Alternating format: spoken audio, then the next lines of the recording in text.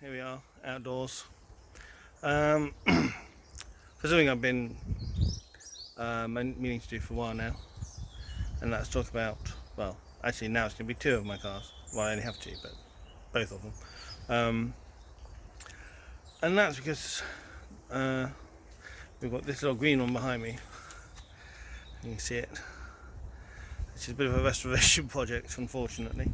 I've actually had it from new.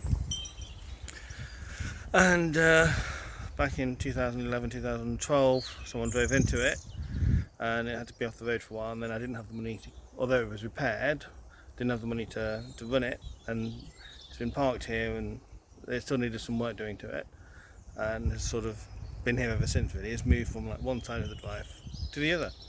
So this is my restoration project as it is now, sadly. It should never have got to that. I'm very disappointed that it has, because it's a very special car, and it's not just because it's a special car, but it means a lot to me as well, which is, I don't know, some people just see it as a car, I get that, but to me it isn't. It is something special, and it is a particular special version of the car it is anyway, but it is now in need of major restoration, so I'm hoping to try and start that this year.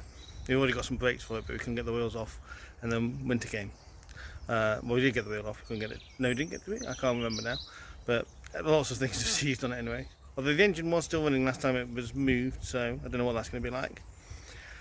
But yeah, it's a restoration project. And I mean, if anyone out there can sort of offer any help or advice in any way, shape or form, that would be greatly appreciated, because it is in a bit of a state, especially as while it's been parked here, it hasn't particularly been respected either, unfortunately. So it's covered in scratches and marks and all sorts of things where things have been put on it or hit it or whatever, which is disappointing. But yeah, it's a work in progress, but this year I'm determined to try and get some life back into it before it's too late, basically, really, because that's what, you know, I think we're facing now at this point.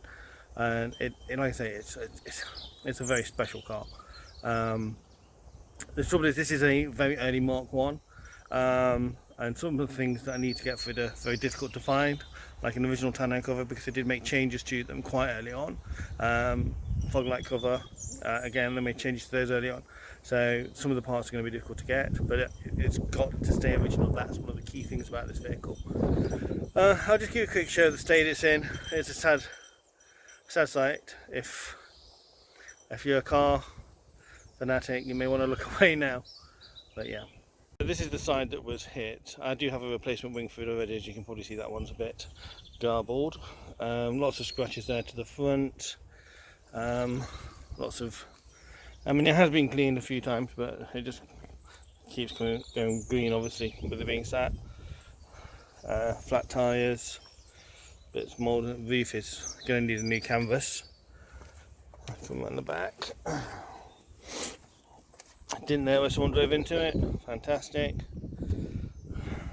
As you can see, that's where we've tried to move it. And then around the side here, it's a bit tight. Lots more green. And lots of lacquer and that coming off that mirror. Flat tyres, of course, given for a car that's been stood for ages.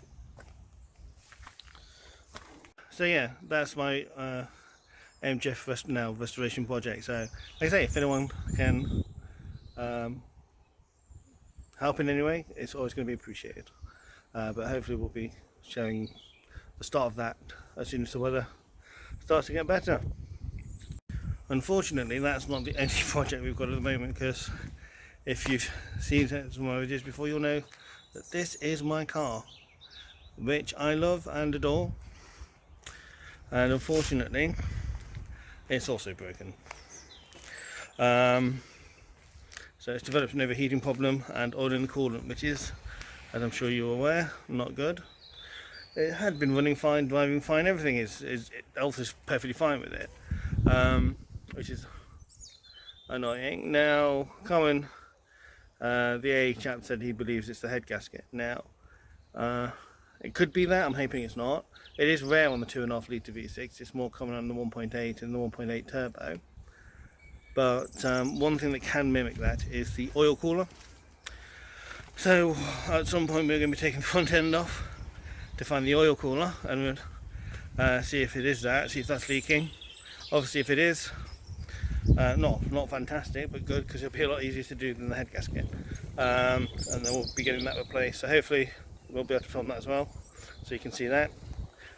Now, for this I will be enlisting the aid of my father, because I am not particularly mechanical, but we'll see what we can do with it.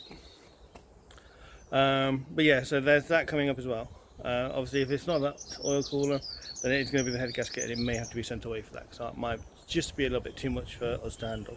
But we'll see. But yes, I thought I'd give you a bit of a car update and an update of what is going on. Like I say, if there is anything anyone out there can do to help, it would be greatly appreciated. Anyway, thank you for stopping by, and there'll be something to follow this later. Bye. Jet plane headed up to the sky, spread wings and the clouds getting